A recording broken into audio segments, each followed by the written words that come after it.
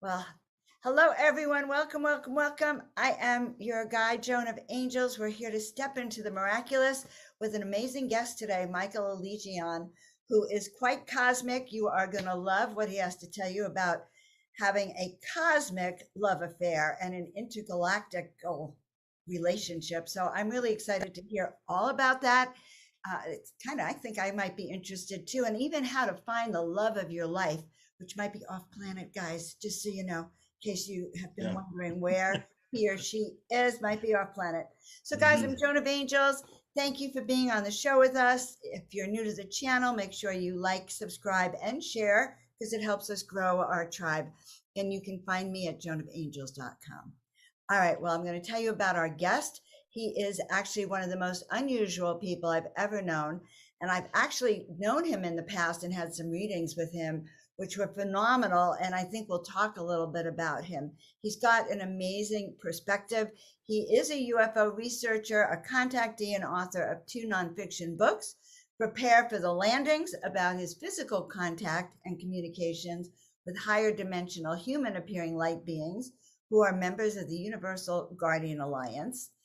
Intergalactic is his new book, and it's about his multi-dimensional, unconditional romantic relationship with Celeste, his co-author and divine other half twin flame, an immortal intergalactic goddess and space lady, and all the many blessings, miracles, and synchronicities that have been occurring since they met. And their third book they are working together on right now as well. Michael was trained as a young child through the Edgar Cayce method of channeling to do his personal transformational channeled readings for fellow light workers and starseeds.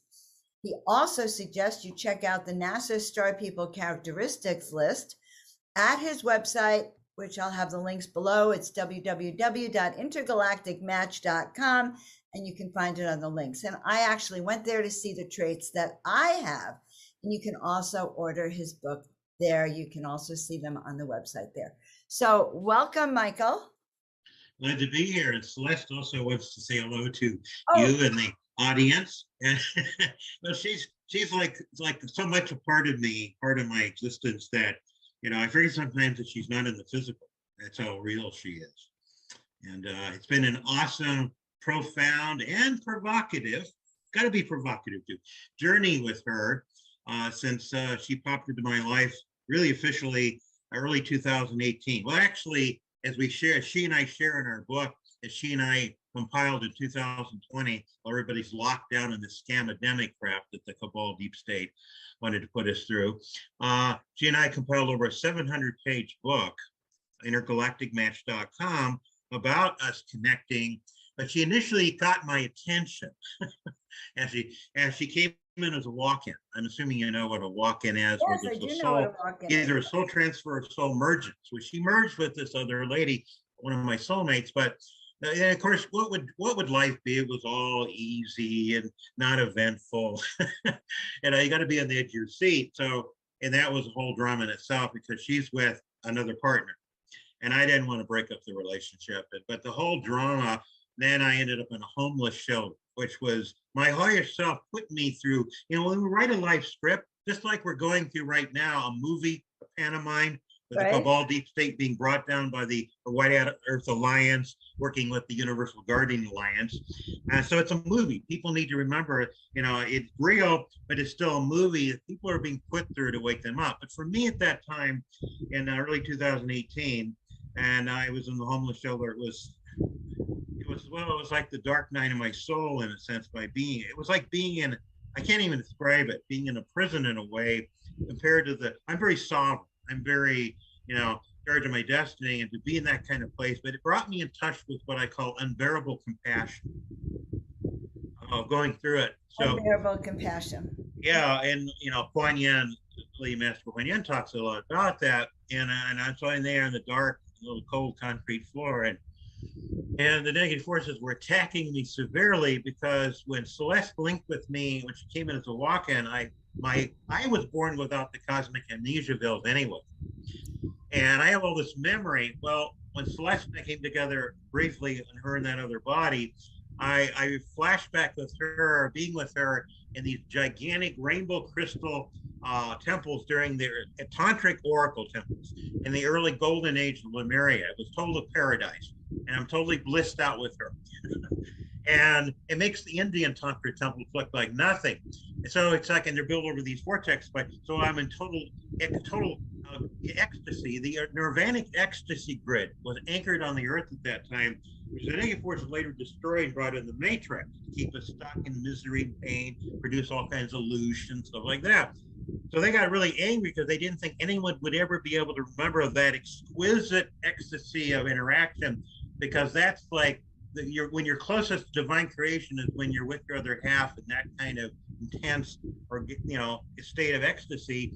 And they got really pissed and attacked me. And I've been a warrior. I've been battling these forces ever since I was young, because they were trying to mess with me, take me out.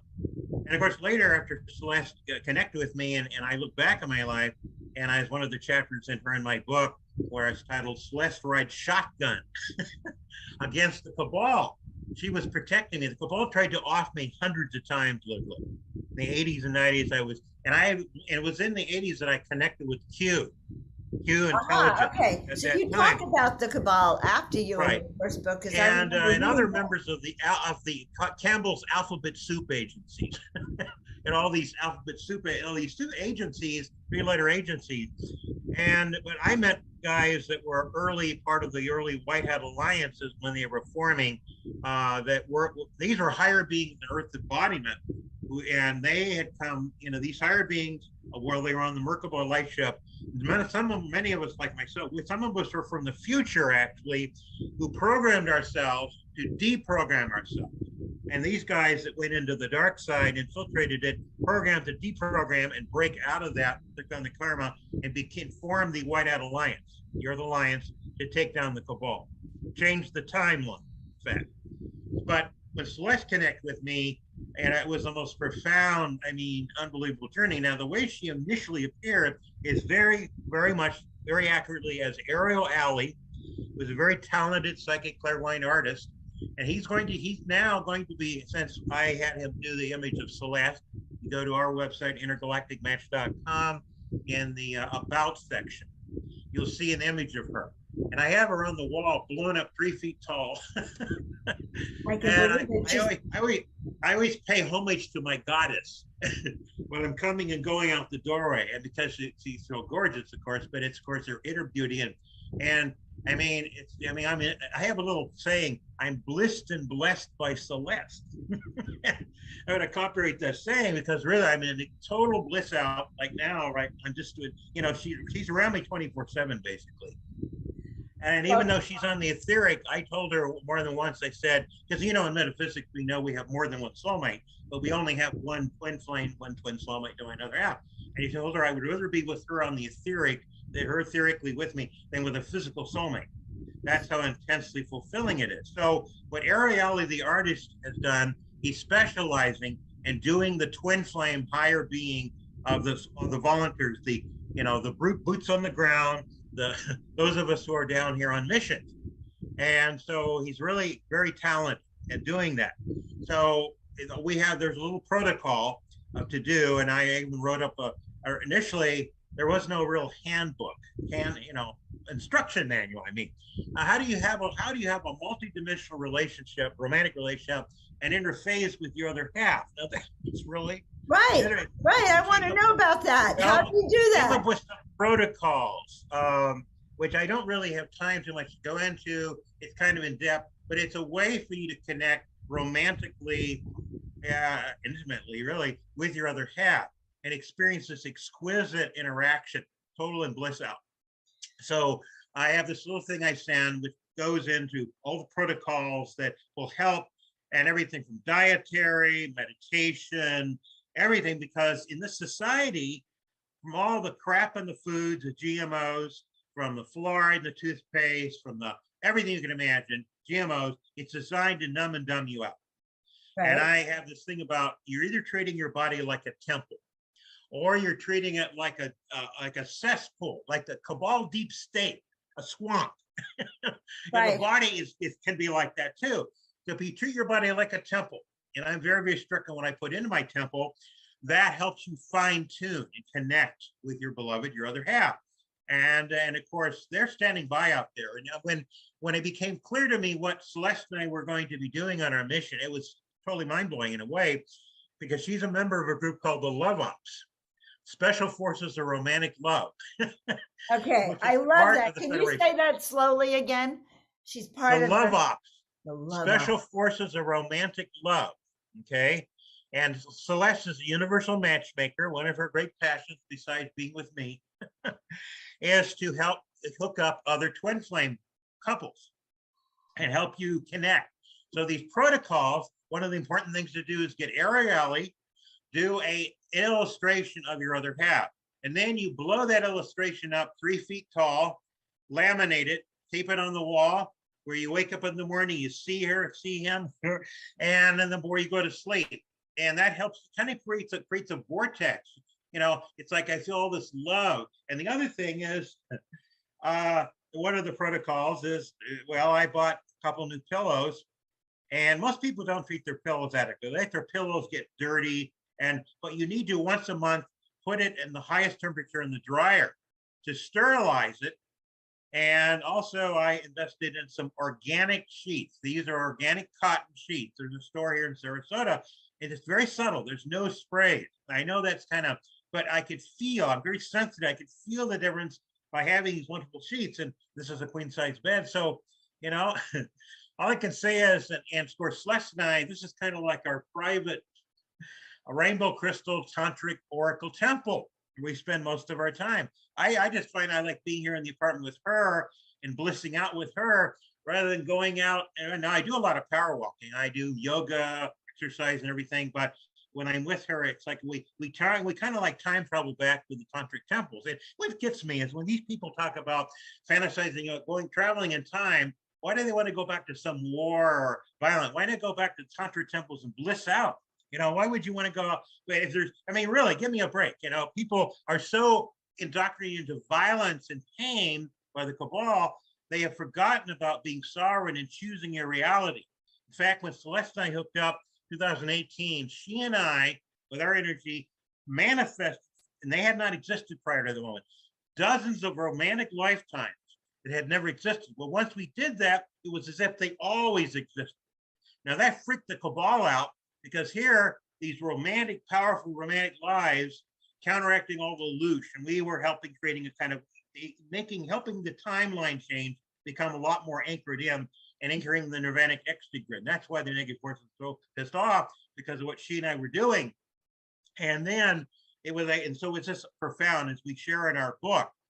And then finally, at one point around 2019, one day, and I'm very romantic. I don't like words like die hard. That's, you know, words like, you know, stop dead in my tracks. Those are double speak words. Like, for example, the word ingrate. Mm-hmm. You think it means being not grateful. Well, actually, it means an ingratitude. It's kind of like the word insane. It should be unsane. The double speak words that George Orwell warned us about, that where the cabal would come up with these words and phrases that would contradict the very thing our intent was. Like the phrase, the sky's the limit. No, the sky's not the limit. Well, so, but anyway, so I'm a romantic, and of course Celeste is around me all the time. So I start singing some romantic song about being with my goddess, and Celeste got all excited. So she manifests in the sink one of the first Valentine heart-shaped water droplets, which is one of the ones, she's manifested hundreds of these water droplets. It's profound. And it's just awesome. And it's like the seventh wonder of the world right here. You know, people talk about seeing Jesus and Mother Mary, but for me, her manifesting these ones, she's done like 3 or 4 of them in the same, you know. And show them? Do you want me to show them? Well, if you could show them on your end, because I'm having trouble. Show them right now, because I have them up, and they're so fascinating, guys. And these are only a few of hundreds, literally hundreds. Yeah. Now, she also, if you notice the first one over here, I don't know, the one on the left. Huh? What? I didn't notice this morning when I was looking at the page. Well, the first one is interesting. This happened later on after she manifested the others, all these, the Valentine heart-shaped water droplets. And they're all a little different. Well, the one on the left, upper left, if you notice, I was about to cook some eggs, and I'd taken the eggs out of the refrigerator, and also I had the cold pressed coconut oil, and the eggs are kind of cold when you break them open. Well, I put the liquid, because it was warm here in Florida, liquid liquid coconut oil, and I broke the eggs open, turned around for a few moments to do something else, and then I was going to turn around and turn on the skillet. And I turn around, and there in the middle, you can see the angelic being kind of in the background, and she did the overlapping of the heart, Valentine heart in the middle. And I was just, my mouth just dropped up. I was totally amazed. I'm putting it mildly. It was like totally mind blowing. I didn't even turn on the skillet, and she had done that, and she did it. It was interesting because of the timing she did that, and it wasn't too long. The Valentine's Day was coming up, so it was kind of like she did that. Just one of the ways she manifested hearts in other ways. Where I'll be walking down the sidewalk and see a water stain, and it's a perfect water shape. That's another image. And I photographed these. I don't have a smartphone. I have the old-fashioned dumb phone, flip phone, cell phone, but they actually make great photos. That's all I was using is the camera on the cell phone I have. Anyway, so she did that. People the picture of Celeste. Yeah, it's in the about section. Right, go to the about section. Well, go to the about section. Okay, because she is cute. By the way, there's a huge pink auric field all around you. Is that her? Yeah, I guess so. Okay, you can see auric fields through the technology too, huh? Well, you're radiant pink around you. Well, it's that love, that intense, passionate love. So guys, feast your eyes on her. Do you know, I remember getting an email from you, maybe 2015 or 16, you were calling for your soulmate. And yeah, I went on a show. I actually went on a radio show, and it was kind of like, in my belief, in the aspect of God helps those that helps themselves. Of course, now it's Goddess helps those that helps themselves. Okay, I felt like I had to put out the message into the world. When you shout to the world that you found your true love, I felt like I had to announce to the world. Maybe somebody would know this beautiful, gorgeous goddess, whatever. And I really didn't comprehend that she was going to show up in another very unique way, because we had to. Her and my mission to start this whole multidimensional romantic relationship. Instead of Match.com, this is Intergalactic Match.com. So the process of really connecting energetically is to read her in my book, because there's actual energetic encodements in the book. Also, it helps people. But you want to move it down, you can see her whole body here. If you want to move the. Oh my God! Yeah. Yes, magnificent, guys. Look. Holy moly, I love I love. That's her goddess jumpsuit outfit. Now, that's one of the ways she appears to me. She's also appeared other ways. And anyway, she's appeared looking other ways because of where she and I were in the temples. We didn't wear any clothes then, so I'm not going to go into that. Well, but this is how she appears. These galactic bodies, so you. Yeah, well, they're and the suits they wear. Now, if any of you ever saw that movie, about this Green Lantern, the kind of suit that he was wearing, they really connect with the body. And because of what these suits do, you don't have to go to a gym and work out. They literally create, your body is energetically stimulated in such a way so your muscles are, you don't need to go work out. The suit actually creates, it's like a form of higher artificial intelligence, benevolent, of course, that interfaces with your consciousness and enhances all of your, I got 24 strands on that level, 24 strands of DNA, RNA, because the human is merging from carbon-based into crystalline silicon. But anyway, so that's an example of the work that Ariel does. So that's what one of the protocols is, to contact him, have him. Now these beings are multidimensional. Ariel is a person, though. He lives in Oregon, actually. Yeah, he's the artist who did the front cover of her in my book, intergalacticmatch.com, and the image of Celeste. But he's specializing in the twin flame higher being of all the volunteers, star seeds on Earth. And most of the volunteers there are a few exceptions of them being on Earth, but most of them are off planet. But they want to hook up now. They're getting ready for first contact. And that first initial connection, which is, we only have a few years to do this. And that's what she and I wanted to do, was to experience what would a multidimensional romantic relationship be like? How could we interface and connect despite us being on a different dimension. Now, when I say I'm in 3D and she's in 5D, actually, I'm really on 5D and she's on 6D, because what happened after she and I connected and had a lot of wonderful interactions, it raised my frequency so much that one day I'm about to cross this intersection, and I heard her say to me, she said, "Beloved, watch out, be careful." Now, of course, she's always monitoring me. Well, I started to walk across the intersection, and a car comes in and slows down almost to a stop. I thought they saw me. Well, they didn't see me. As I started to cross the road, they jumped on the gas, and I thought they were trying to run me down. I freaked out. Well, I go down a block later, down the road, and the same thing happened again. Almost ran me over. Well, as it turns out, Celeste explained to me, and she was kind of, she said, "Well, they didn't see you." The joke is, okay, here I am having a wonderful time with Celeste. It makes me become the invisible man. So unless I get eye contact with the driver, they do not see me.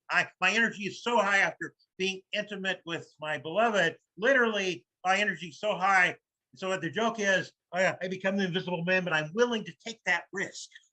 Oh, that's pretty funny. That's pretty Anyway, funny. so these are just, part of the whole journey. If it was all, dry and everything else. So there's a lot of incredible moments like this that is part of the journey, profound and provocative. And that's what we wrote.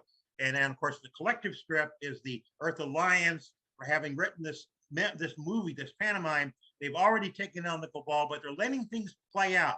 Like the resident Joe Biden, the real Joe Biden was executed by military tribunal about 2 or 3 years ago. But there's an actor playing he's not even at the White House. The White House was used for military tribunals, but he's at a show at a White Castle Rock Studios in California. There's one in Atlanta. And that's all part of waking everybody up, red pilling everybody on Earth level. What Celeste and I are doing is Intergalactic is red pilling you about romance, and relationships don't have to be on Earth any longer. If you can emotionally, psychologically get your act together, get thine act together emotionally, and do some of all the protocols we suggest, and you can reach a point that is possible to connect energetically with your other half and set the stage for the eventual physical contact. It's a chance to experience some profound learning about how do you interface with your beloved when he or she is on another level. And yet it's your heart. The heart is the connection, the love that you have for your other half.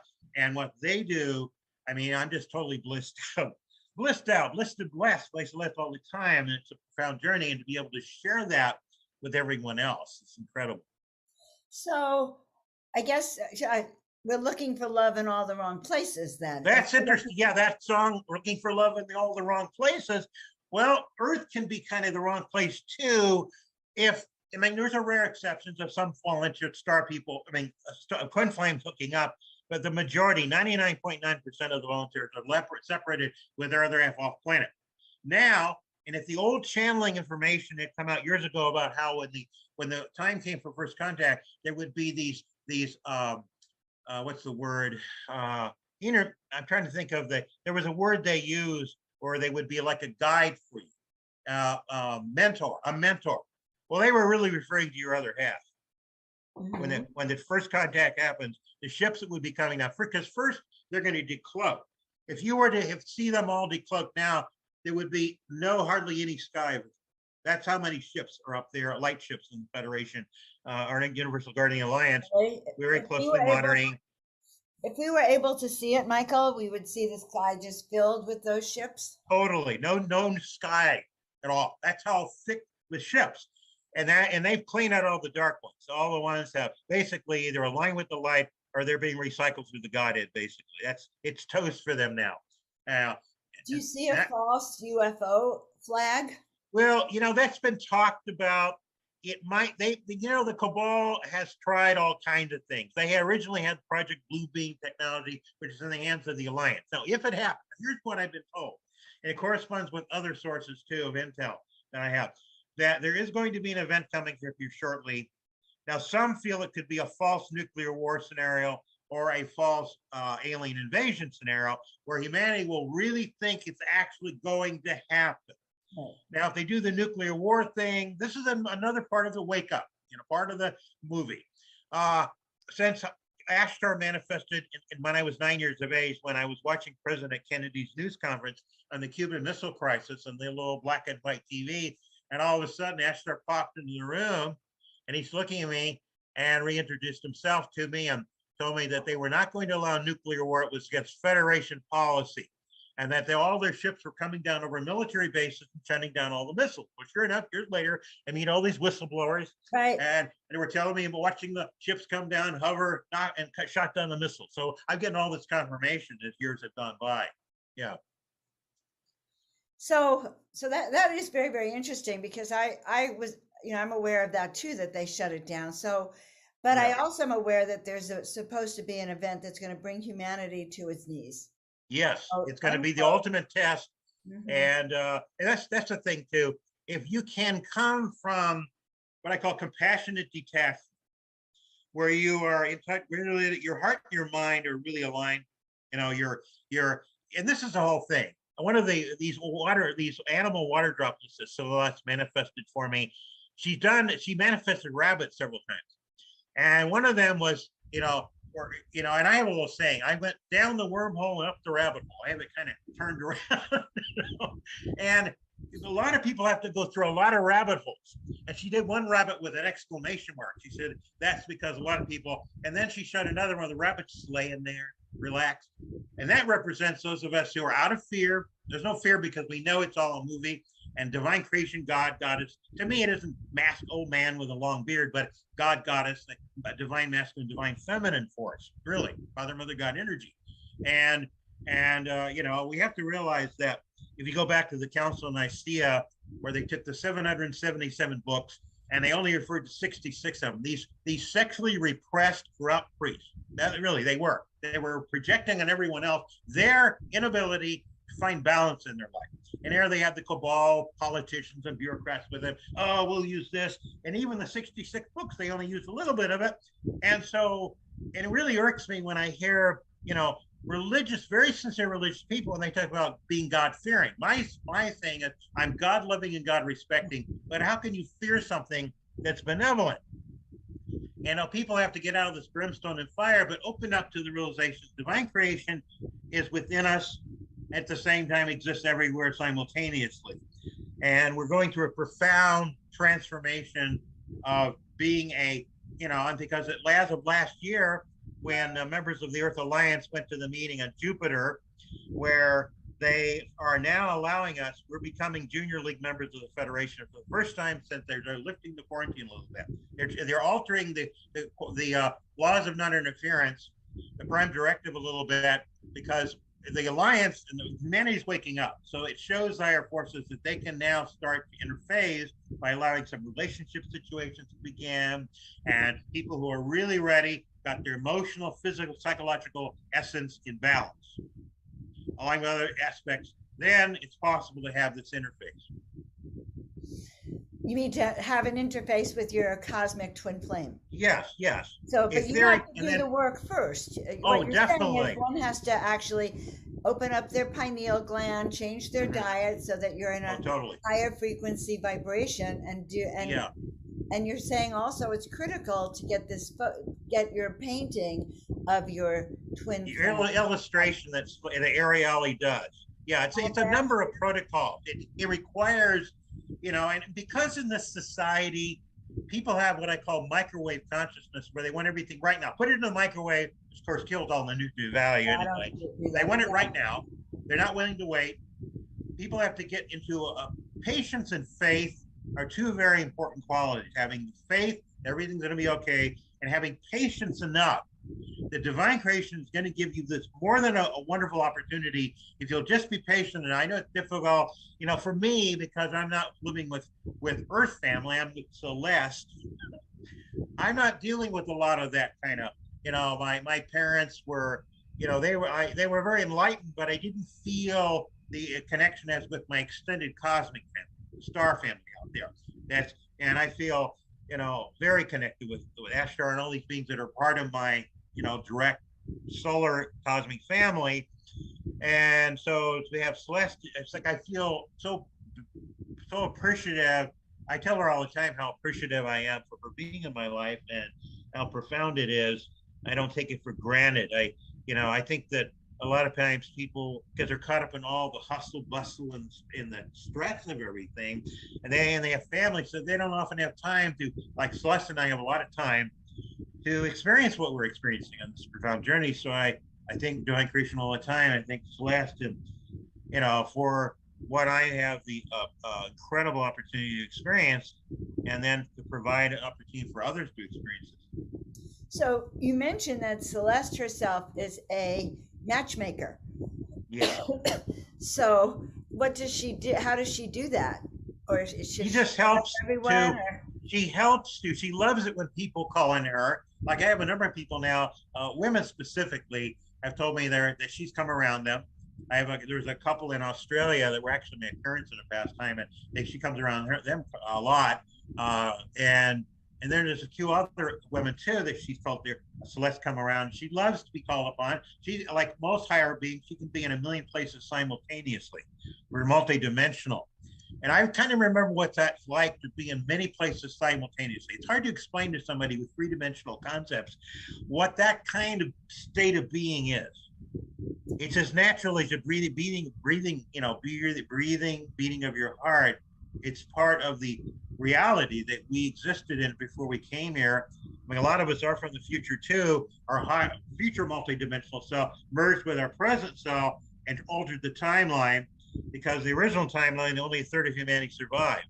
And there was a world evacuation event, but they can only take a third off because 2/3 of humanity energy wasn't high enough. So when we came back from the future, literally, we changed the future. So now that 95% is going to make it through. That's amazing. Absolutely amazing. Mm-hmm. Wow. So I remember when I had my reading with you, you blew me away, because I still think of it, and I actually tell my clients this too. But you told me that I came down here, I answered the call. The call went out. Humanity, planet Earth needs help. And then you said these amazing words. You said, "Well, you're going to get hazard pay and a long vacation when it's over."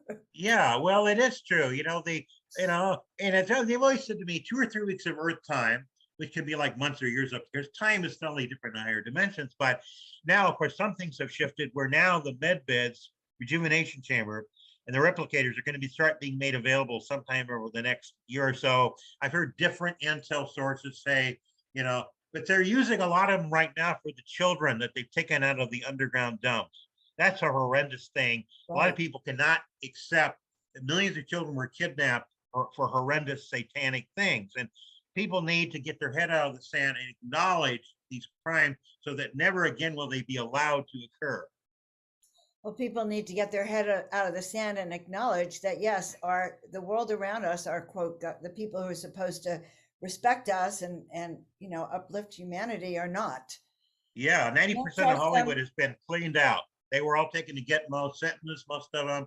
And there's a few, there's a lot of lookalikes. And you see these codes saying they got the COVID. No, they got taken to Gitmo. Gitmo's enlarged like over 10 times. And then they brought in these large, floating, huge barges.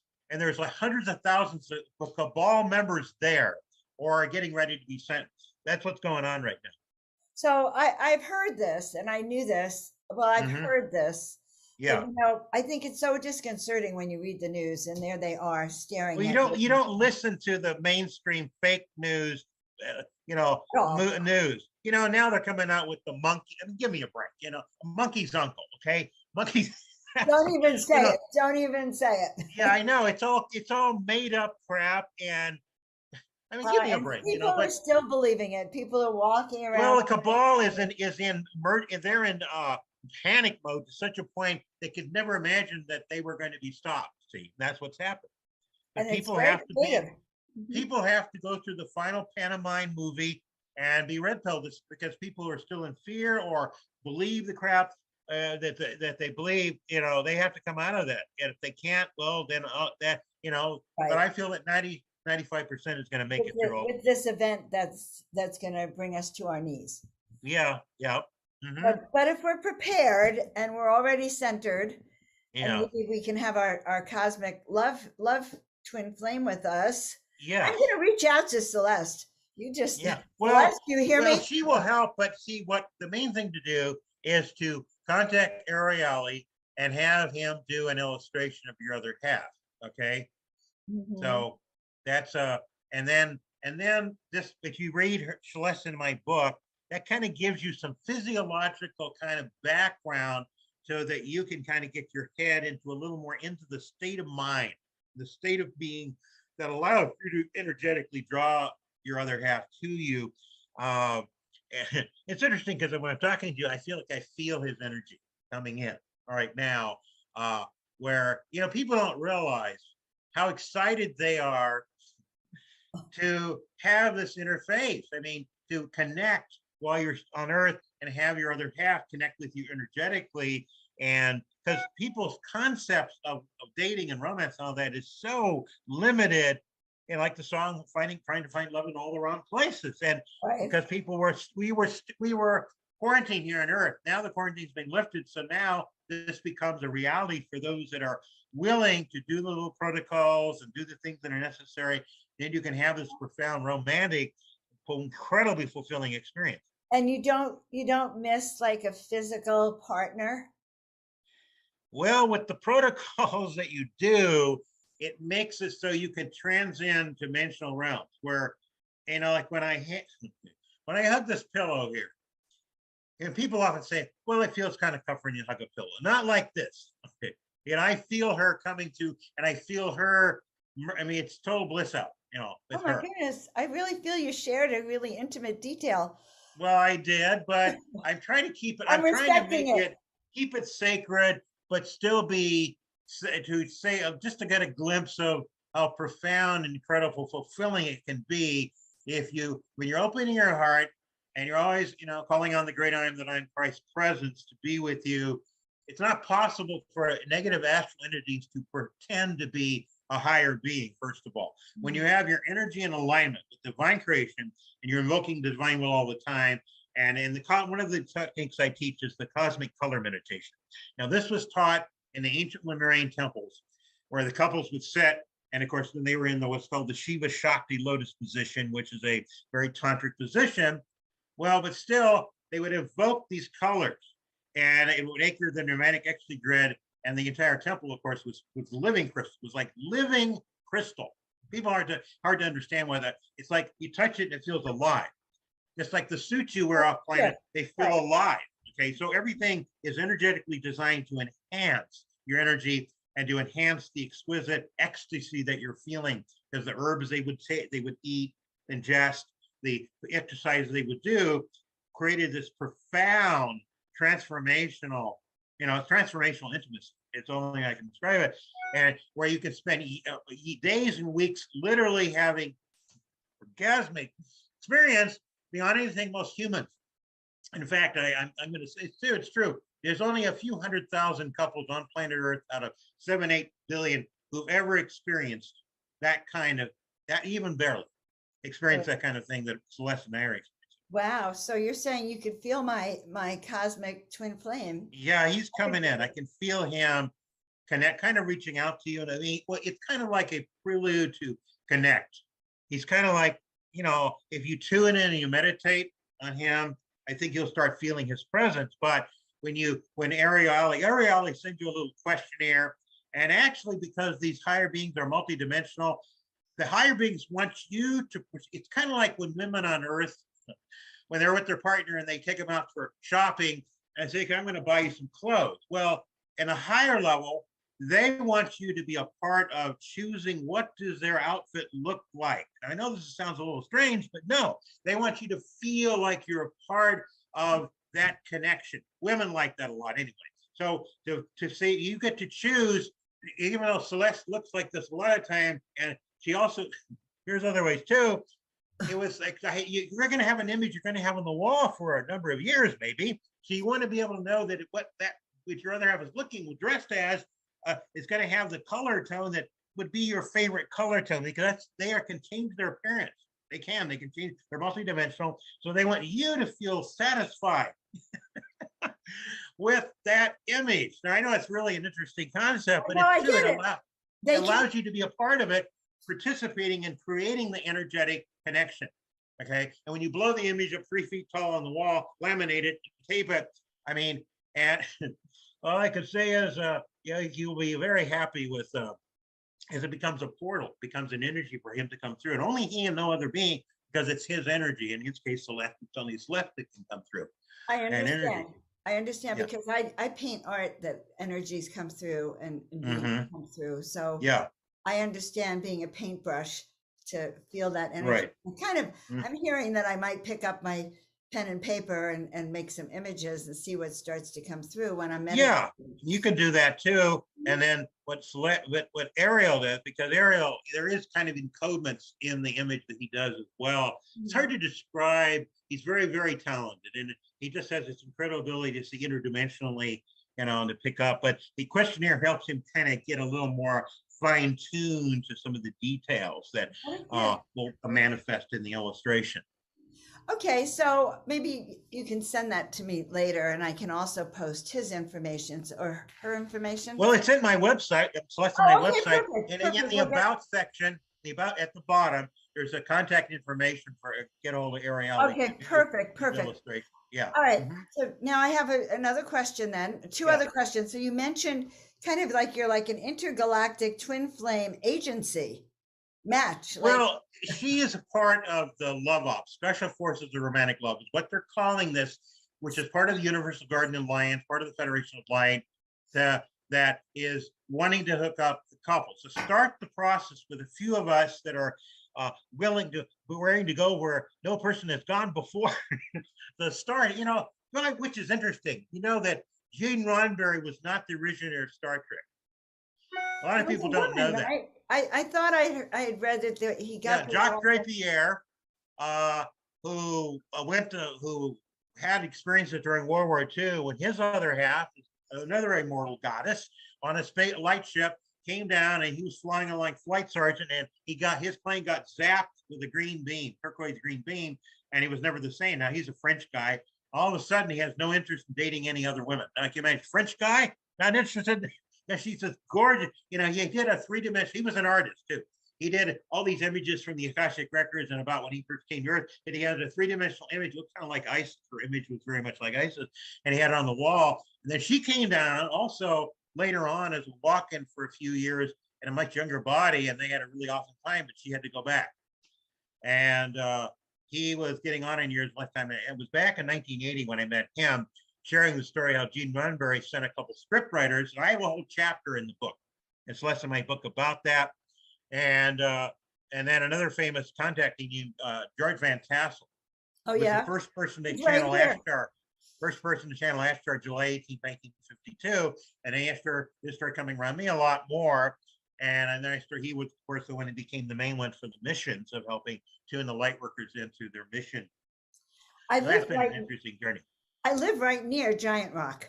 Oh, you do? I spent a lot of time investigating his story and talking to people who... Well, you know, he was physically taken off the planet, right? Well, I didn't know he was physically taken off the planet. And the interesting thing about the story is that now his other half he was married to, what's her name? I can't think of her name right now, but in the book I talk about it. This is she became kind of, and Doris Van Tassel. Yes, okay, and she made good apple pie. Yeah, well, it turned out when he got physically, and when I heard in the grapevine that he had died from a heart attack, Ashtar said, no, we had to take him off the planet because the Cabal was going to off him and his family, quote, where of course they couldn't off him because he was protected, but he didn't know. And so these black ops were in the hills and kept threatening him. So he was 99% completed with the Integrotron. He had one more little part put in there, and it would have operated and become this full-scale rejuvenation chamber and time machine as well. And the Cabal did not want to have him do that because they're in, you know, big pharma is into making you pass you around like salami, you know, make money off you and then discard you. And they didn't want him to do that. So anyway, I go to the closed coffin memorial service, 1977, closed coffin. And Doris is acting kind of like, didn't act really upset very much. She's just going around business normal and going, oh. And then as I share in the book, I later find out when a few years after I moved to Arizona and And so Doris connects this guy, young guy shows up there at Giant Rock, meets with her, and then Doris, who had become a channel, tells him the story about this. How and she says, now go to Arizona. You're supposed to meet somebody over there. You'll know. So he drives 6-7 hours to get to Phoenix, Arizona. And I was putting up flyers one day, and he just pulled off of Interstate 10, sitting in the parking lot. I didn't know this, and I just pulled up. I'm in her so later, and he's leaning against the car. I pull up, and I was planning just get out of the car, flare, and I see him. All of a sudden, I hear the voice that tell him about your event, the channeling section. I'm going to do that. And I was okay. And I tell him, and I said, "Do you have an interest?" Oh yeah. He just, so he comes, and that evening, that Monka, the being Space Brother Monka, was coming through me a lot. Also, it was a higher spiritual leader of Mars on a higher dimensional level, Monka of Mars, and so Monka turns to him and starts talking about George Van Tassel in depth about why he couldn't complete the Integatron. Well, after that, then after I came back, the guy said to me, he said, well, that was incredible. He said, now let me tell you a story. And he tells me about George being taken off the planet. And in fact, when it happened, Doris was, George would leave, go off on these contacts. She got used to him doing it. One day he was gone for a few days and she's wondering and worried. And George, he was very devoted to Doris, but he would flirt harmlessly with the ladies. So that was kind of like, George, he just liked to flirt a little bit. And they, there's George flirting. But it was nothing, it was harmless, right? Well, so she hears a knock at the door. She opens up the door and there's these 3 space sisters dressed in their jumps. They look like off-duty Earth models, but they were right off the ship. And they say to her, oh, we had to take George with us because he had some work to do. Well, she almost fell over. It was kind of a joke. They had this sense of humor up there. And so they said, and so then they tell her that he didn't want to tell you. Your family was in danger. You got to come up with some cover story. So that's why they decided. Now, they used to clone him. The higher forces actually used to clone him, George, for a little while, and where he was walking around. It was kind of, that was interesting. So anyway, and I had at the memorial service, and I wish I'd been able to stay, but I left. And then I find out years later when the guy showed up that evening when she had relatives from out of town, they were at the mobile home there, and they were sleeping in sleeping bags. And then they went to turn off the lights. And all of a sudden, they hear this loud ping sound. That's why they turned on the light. But they didn't look close enough because a little over by the fireplace is a piece of petrified wood. You know how hard petrified wood is. All of a sudden, there's Doris. She looks down and she sees a heart, perfectly chiseled out. The sound she heard was a laser coming down. George had sent down and hit the piece of petrified wood and created a heart in the piece of petrified wood, saying to her, I still love you. A year later to the same day, a second heart. Sweet. That's what happened to George Van Tassel. Wow, and you knew him. I'm one of the few people know the story. And you know George. Then you knew him. I met him and got to know him a little bit in the late 70s, right? After he did that, Flying Saucer Convention in 1977. And then it was 10 years before he had done the last one. And so he decided, he knew he was going to go. He knew he was going. So he decided one last chance to connect with people. And then, of course, that was what happened to him. A lot of people just think that's just some rumor, but I know it's very real. Well, I believe that he was taken off. So if the Integratron Did you know Solea Winkler?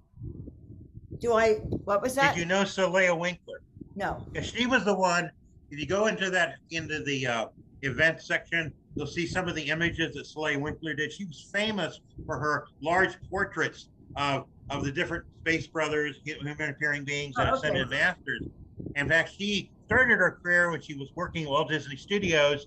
One day she sat down at her desk and all of a sudden she looked up and there's Saint Germain standing, just smiling at her. Saint Germain, the ascended master, and he says to her, I've come to pose for your brush.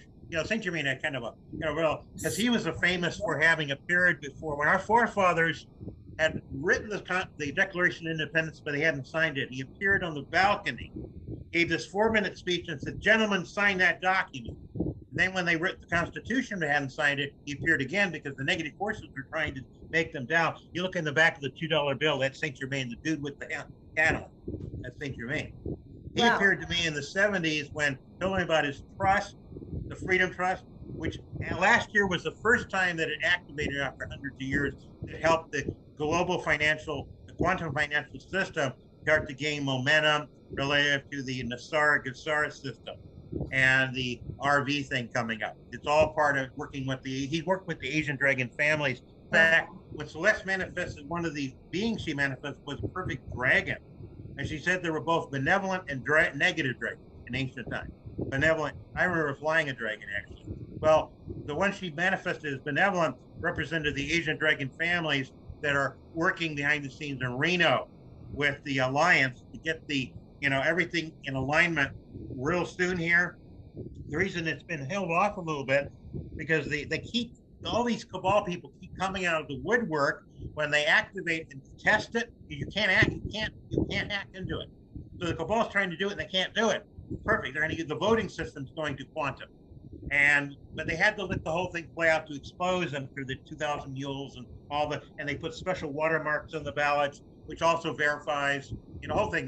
The Alliance knows all of it even before the movie came out, all documented. They're just waiting for people to wake up.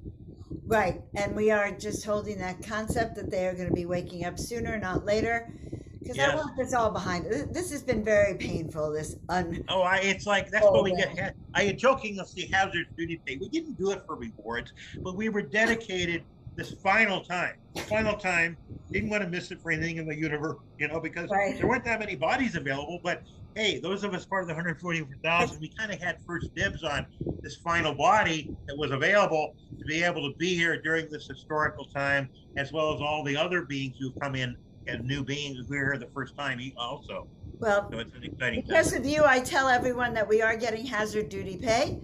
And I have for 10 years, ever since I've had that. That's just the saying, it's not because it's not a financial thing. It just represents, we didn't do it for rewards, but it's still nice to be rewarded by, not because we had to, but we took a vow a long time ago that we would keep coming back until the job was done. And this is our final time. This is it. And it is very exciting times. And I'm really loving our conversation, Michael. It's so nice to connect with you. Is there anything else you want everyone to know? Well, I would just say, about the intergalacticmatch.com, which is where Celeste, my book is. The new book that Ariel is working on, because he did the front image. Actually, I'm going to republish intergalacticmatch.com with about probably 30 images, because what we're going to do is Ariel is going to do scenes which are going to be used for, the book is going to be made into a movie eventually, when I open my own production company eventually. And these scenes are like storyboard images also that they use often. And these are scenes that are described in the book. This is a nonfiction book. But what he's working on right now is the book that has all of these water droplets, the Valentine, and all these animals. He's doing political commentary, and he's doing art that is kind of complementary to the image. Awesome stuff. And so the whole book is going to be just filled with images with some information, but mostly it's the images. And I have a little bit of title under it describing what the image is about, and what Celeste's message was regarding, what's going on, like with the bear, because of what's really going on in the Ukraine, that our fake news is lying to us. He describes they went in there to get rid of all the things that were really going on. Totally different. So this is a way of red pilling people as well, both Earth stuff as well as intergalactic stuff. Wonderful. That's going to be out. It's going to be called Love Notes for my cosmic true love. Something like, I forget the exact title, but that's going to come out probably next year at some point. And then Ariel's going to do we're going to republish intergalacticmatch.com with the new illustration to make it a little more punch to it. It's going to be really awesome because he is so talented. And so Celeste helped connect me with him, and it was really incredible. We made the connection, about a year and a half, about a year or so ago, a year and a half ago, I guess, right before I published the first book. I noticed that Celeste's clothing, her uniform, matches your shirt. So a lot of your favorite colors, it's the blues, purple, bluish. That's just one of the ways that she appears, but it's a very wonderful way that. Put it on the wall and have her pleasing to you, pleasing to your eye. Well, so I am really excited. I haven't found my twin flame here on Earth, so perhaps that's exactly where we're going to be calling. Well, that's the etheric kind of interaction is a prelude to the physical interaction, but it's a chance to experience to learn what is it like to have a multi-dimensional romantic relationship. How can you interface to overcome that so-called dimensional barrier? What are the protocols? What are the techniques and tools that will allow you personally to create a space? Because a lot of people have family and so busy that they don't have the time to do it. For those of us who do, can we create that energetic space that our beloved can come in and interact with us in a way that's so profound and so transformational? And I was told there was only a few other couples on the entire planet attempting it, 3 or 4 other couples. That was it. I was going to ask you if there is a cosmic twin flame soul for everyone or just for some. Well, my understanding is when we were created as one being, we split apart. There was the divine feminine that Celeste represents, and I'm the divine masculine. So we were once originally an original being, now the eternal search. And then after we separated, we were at war, and then we came back together and we're with each other for in very long periods of time, blissed out. And then coming to Earth, we had to separate usually. Well, now, but since she and I connected, re-manifest all these romantic lifetimes, that changed because then suddenly the time-space continuum changed. It altered everything. So now other people do the same thing. And all of a sudden, the nirvanic ecstasy grid is anchored on the Earth, brings in the paradisical energy, and we get rid of all the darkness, all the pain, all the suffering goes away. So that's what, this is important for this to happen. It's a full-time job. Well, being an intergalactic matchmaker, Michael, along with everything else you do, as this channel that you have such valuable information. I've just really appreciated you being on the show. Well, I always give, I give Celeste and the team. There's this kind of team working with her, even though she's the main. And then there's the Universal Guardian Alliance, and finally Divine Creation. I give thanks to everyone and everything that has helped me to come into this place in my life where I have this profound opportunity, and I want others to be able to bliss out, be blessed and blissed. Well, as I have. Dora, whenever you mention her, there's this huge pink energy field that comes around you, pink purple. Yeah, well, so I can feel her. She's beautiful. You're beautiful. I remember when you were calling for your twin flame, and now. Yeah, well, I felt I had to put the call out there, kind of official, like, again, God, Goddess helps those who help themselves, where I wanted to at least announce, and maybe somebody wanted. Well, of course, as so often happens, we're supposed to be surprised, but we do what we can. Then we energetically set the stage. So now another channel had predicted 2 months before, though, that I was going to connect when I set up the event here in Sarasota in November 2017 at an event at a center here. But still, it was mind-blowing because when she walked through the door, it was love at first sight. It was the most powerful, her in my eyes. And then there was a clairvoyant standing nearby. And she told me later, she said, yeah, I saw the fireworks and stars shooting off between both. Well, it was like a almost profound experience to have that real love at first sight. But then all this drama that, I had always wondered what happened. So that's kind of interesting to hear. Yeah. No, I get you. I've been on your email list for years. And so I had read that. Yeah. So this is wonderful, Michael. I really appreciate it. Well, if you want me to come back some point, I'm open to doing that. Any update about, and maybe when the book comes out, when we finish this book, and then maybe I'll come back and we can maybe next year at some point and discuss a little more about, the implications. And because I'm going to get the first book out, I'm going to, as I said, there's going to be probably 30 illustrations there. And it's going to be kind of a little pricey maybe, but it's worth with those, because this is a nonfiction book, and when he does those images, it's going to be profound. Right. And they're also, celestial figures. This is cosmic, so it's okay if it's expensive. No, I definitely would want you on the show. I think I'd like to have you on the show after this event happens. So get some stability and clarity at that point on what you thought happened and saw. So. Nothing is set in concrete.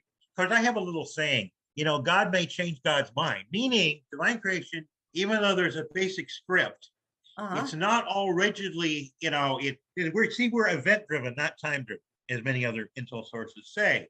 So we can't be attached. It's got to happen right now. Hey, we're all being tested. Can we be patient enough and faithful enough? In being pragmatic, being as God helps us, do everything we can, cross all the T's and dot the I's, or cross the I's and dot the T's, I like to say. And jazz it up a little bit, make it kind of provocative. Give them something to talk about, not just dull and boring, just like, at least Oh, if no, they're no, upset. you're never dull and boring, Michael. Never dull and boring. Well, with Celeste in my life, I mean, it's like, it's hard to even to say incredible, fantastic, and awesome falls short of how incredible, fantastic, awesome it actually is with her. Well, we just really appreciate you guys. You can find Michael and Celeste at www.intergalacticmatch.com. Right. And as I said, guys, the links are going to be below. Everybody, thank you for stepping into the miraculous with Michael and I. This certainly is the miraculous. If you are calling for your twin flame, and your twin flame you're not finding because you're looking in all the right places, wrong places, Michael's here to tell you of all those right places. So we're very, very happy to have you here, Michael. This has been. Well, I would appreciate Celeste helpful. Again wants to thank you. Celeste wants to thank you again for the opportunity as well. And people can call on her in a sense, but basically the reading of the book is the real kind of, instead of signing up on a website like Match.com or eHarmony, where you sign, the process of reading the book is kind of the way you're signing up the Intergalactic Man, the Love Ops opportunity. But remember, you have to do a lot of things in your life to get yourself energetically, physiologically, psychologically ready to experience this thing. It's not just something you can just jump into. You got to be really balanced, working on yourself all the time. And if I hadn't been working on myself, one of the beings named Bolter out there was a cosmic psychotherapist. I worked a lot with him, and he has a ship called the Jupiter One. He has a device called the accelerator chair. So you can ask me, take it on the accelerator chair, and in all this emotional, psychological stuff, all this loose kind of creating stuff can be released energetically from your body. They can't force up on us, but when we make the call and our heart is sincere and pure, and we not my will but thine be done, we invoke divine will. That is when, and you align your free will with divine will, then it's literally impossible to just mess up your mission. You can only mess up your mission if you try to mess up your mission. And who's in their right mind is going to do that? All right. Okay, we're going to end on that note. You cannot mess up your mission, guys. And we're quoting Michael here, but you cannot mess up your mission. You were chosen, you chose, you came here, and your mission will be completed. So just as you agreed. So thank you so much. Well, thank you. Again, Celeste, thank you. And Celeste, every time you mention Celeste, you turn bright pink around you. Well, that's interesting. You can actually see it through the monitor. I didn't know that the clairvoyant sense would allow one to see, where you'd have to be present, but that's interesting. It's like seeing an aura, if you put someone against the wall, a white wall, you see their auric frequency. You're in front of a wall. Well, that's really interesting. And I see, actually, I am seeing. Okay, perfect. Yeah. This is very good for me. So we're going to stop the recording, and we're so glad you're here, and you all, the both of you need to come back very soon. Well, we will do that, and it'll be awesome.